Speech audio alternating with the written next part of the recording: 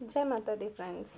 तो जैसे मैंने आपको बताया कि हर कपल्स में थोड़ी बहुत लड़ाई झगड़ा होता है, या कम से कम साल भर तक हमें शादी को बड़े अच्छे से संभाला जाता है, उसके बाद तो रिश्ते संवर जाते हैं।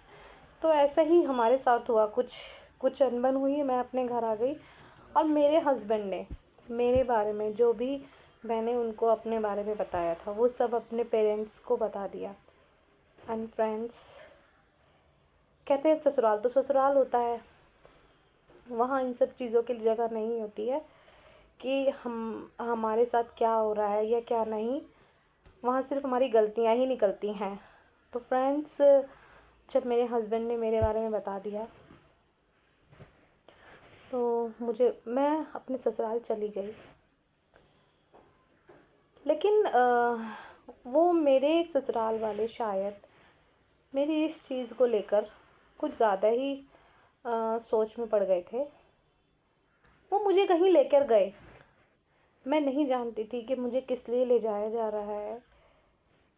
मेरी शादी को 4-5 महीने हो गए थे, शायद इस वजह से मुझे लगा कि उनको बच्चे जल्दी चाहिए, तो इस वजह से मुझे लेके जा रहे हैं कि इसे 4-5 महीने हो गए हैं, अभी तक कोई प्रेगनेंसी कंसीव नहीं हुई है। मैं ये सब सोच रही थी, अपने सीधे माइंड में थी, मुझे पता ही नहीं था कि उन सब के माइंड में क्या चल रहा है। इवन मेरे हस्बैंड इसमें शामिल नहीं थे। तो लेकिन गए मेरे हस्बैंड भी थे। वहाँ जाने के बाद फ्रेंड्स, वहाँ जो डॉक्टर थे वो शायद डॉक्टर भी थे और शायद थोड़ा बहुत इन सब चीज़ों के बारे में जानते भी होंगे। ज़रूरी तो नहीं है कि किसी ने साइंस की पढ़ाई किया तो इन सब चीज़ों को ना माने, ऐसा तो नहीं हो सकता। ये तो जीवन की सच्चाई है। तो फ्रेंड्स, मुझे उनके सामने बिठाया गया और उनसे कोई सवाल किया गया, तो उन्होंने उस सवाल का जवाब ना में दिया।